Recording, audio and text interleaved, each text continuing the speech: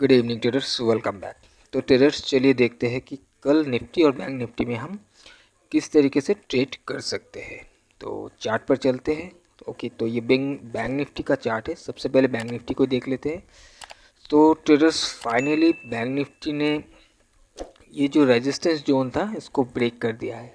आज gap up open हुआ और गैप अप ओपन के बाद ऊपर ही इसने ट्रेड किया, बट कुछ खास मोमेंटम नहीं था। आप देख सकते हो, अब साइडवे मार्केट था। अगर आप देखोगे तो जो पहला 5 मिनट्स का कैंडल है उसी के अंदर ही पूरा दिन इसने ट्रेड किया है, राइट। तो ऐसा कुछ मोमेंटम हुआ नहीं है आज बैंक निफ्टी पे। अब फर्दर ये क्या कर सकता है देखिएगा। बैंक निफ्टी ने एक फ्रेश रेजिस्टेंस को ब्रेक किया है। अब मुझे जो लगता है कि यहाँ से एक छोटा सा रिट्रेसमेंट होना चाहिए, राइट। यहाँ से एक रिट्रेसमेंट होकर फिर इसको घूमना चाहिए। अब ऐसा कुछ नहीं कि मैं बोल रहा हूँ रिट्रेसमेंट होना चाहिए तो होगा ही, पत्थर का लकीर है नहीं है ये। मान लेते हैं यहाँ कहीं ओपन होके ये ऊपर भी चला जा सकता है 44,800 45,000 तक कभी ये चला जा सकता है, बट मैं कंफर्टेबल नहीं रहूँगा ऊपर के साइड में ट्रेड करने के लिए। यानी कि इस एरिया में ट्रेड करने के लिए मैं कंफर्ट नहीं हूँ। मुझे अगर बाई करना है तो प्राइस अगर रिट्रेस करके कहीं से घूमने की कोशिश करेगा तो फिर वहाँ से मैं बाई करने की कोशिश कर सकता हूँ। या फिर अगर कल प्राइस इसी एरिया पर ओपन होके ये एक बेस यहाँ पर बनाया था, इसके नीचे अगर कुछ भी कंफर्मेशन हमें देता है सेल साइड के लिए तो फिर यहाँ से मैं सेल कर सकता हूँ और हो सकता है कि प्राइस एक बार 44,000 को विज़िट करने के लिए आए तो अच्छा पॉइंट हमें इस एरिया पर मिल जाएगा। बट मैं इस ऊपर के एरिया पे फ़िलहाल बाय करने के लिए इंटरेस्टेड नहीं हूँ, क्योंकि ये अभी भी एक ऑल टाइम हाई का जो लेवल था उसको ब्रेक करके अभी भी ऊपर गया है। तो थोड़ा बहुत ये रिट्रेस कर सकता है और अगर ऊपर के साइड में भी हम ट्रेड करने जाएंगे तो कहाँ से घूम जाएगा हमें नहीं मालूम। थोड़ा सा रिस्की हो जाएगा, जिस वजह से हम ऊपर ट्रेड नहीं करेंगे। यानी कि लॉन्ग करना है तो हमें थोड़ा सा वेट करना पड़ेगा रिट्रेसमेंट के लिए। नीचे मिलता है हम करेंगे, या फिर ऊपर के साइड में अगर हमें सेल का अपॉर्चुनिटी मिलता है तो हम वहाँ से सेल के लिए प्लानिंग करेंगे। ओके, आई होप कि आपको ये पॉइंट क्लियर हो गया होगा। तो चलिए अभी हम निफ्टी को देख लेते हैं। ओके, सो निफ्टी का ओपनिंग भी गैप अप ओपन हुआ आज में, और गैप अप ओपन होने के बाद यहाँ पर एक रेजिस्टेंस जोन है। आप देख सकते हैं यहाँ से लेकर यहाँ तक एक रेजिस्टेंस जोन है। अब कुछ लोग ये भी कहेंगे कि यहाँ 60 to 70 पॉइंट का ये जोन है, इतना बड़ा रेजिस्टेंस जोन कैसे बना लिया। और अब कोई कुछ भी कहे, बट मेरे लिए ये एक रेजिस्टेंस जोन था।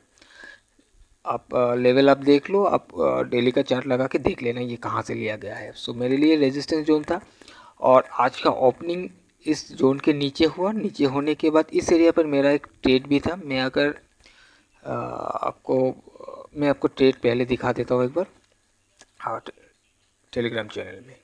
तो यहाँ पर आप देख सकते हो जब मैंने ट्रेड लिया था, कुछ इस एरिया पर ट्रेड लिया था।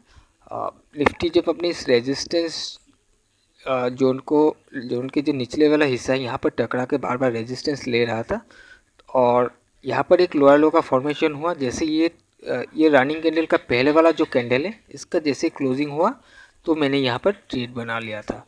और उसके बाद आप देखोगे तो प्राइस थोड़ा बहुत ऊपर गया, लेकिन यहाँ से फिर घूमकर मेरे कॉस्ट के आसपास आकर ट्रेड करने लगा और फाइनली इसने मेरा स्टॉप लॉस को हिट कर दिया, राइट। और अगर आप इस एरिया पर निफ्टी को देखोगे तो इस एरिया पर आने के बाद फिर प्राइस यहीं से घूम गया। चलिए मैं इस चीज़ को एक बार आपको चार्ट में दिखाता हूँ। यहाँ पर मैंने अपना ट्रेड को दिखा दिया है, मैं चार्ट पर दिखाता हूँ।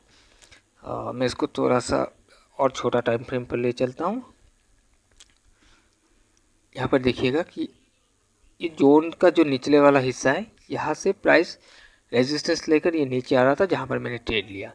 फिर प्राइस नीचे आया और नीचे आने के बाद फिर प्राइस रिट्रेस करने लगा, और रिट्रेस करके अगर कहीं इस एरिया से घूम जाता तो मेरा स्टॉप लॉस हिट नहीं होता, अच्छा प्रॉफिट मिल जाता।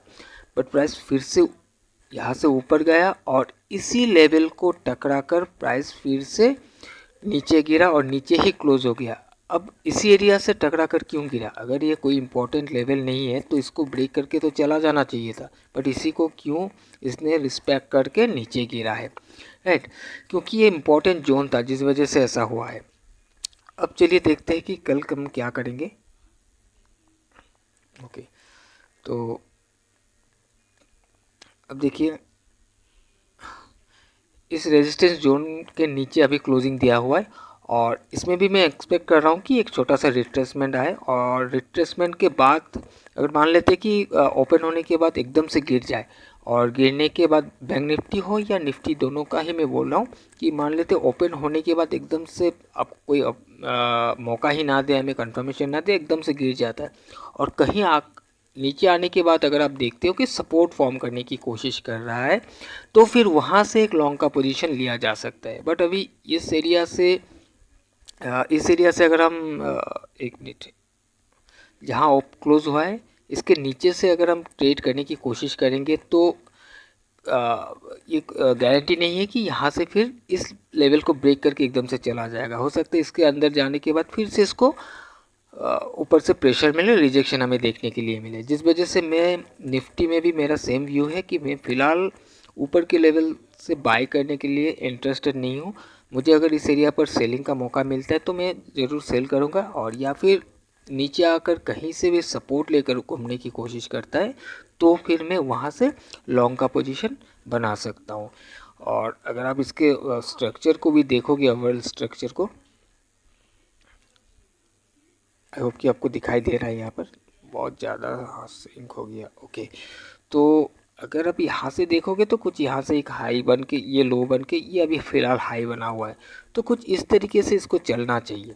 जो मैं एक्सपेक्ट कर रहा हूँ कि प्राइस थोड़ा सा नीचे आकर ये जो भी एरिया को ब्रेक करके गया था इस एरिया पर आके एक बार सपोर्ट बनाए, सपोर्ट बनाकर फिर उठे और यहाँ पर 18,500 का एक साइकोलॉजिकल लेवल भी है, इसको आकर एक बार सपोर्ट ले सकता है जो मुझे लग रहा है। अभी बाकी मार्केट के ऊपर है, मार्केट कैसे रिएक्ट करता है देखेंगे कल के दिन में। सो ट्रेडर्स, आई होप कि आपको दोनों पॉइंट क्लियर हो गया होगा कि निफ्टी बैंक निफ्टी में हम किस तरीके से कल प्लान कर सकते हैं। सो चलिए आज के लिए इतना ही, मिलते हैं हम एक नए वीडियो में। Till then bye bye.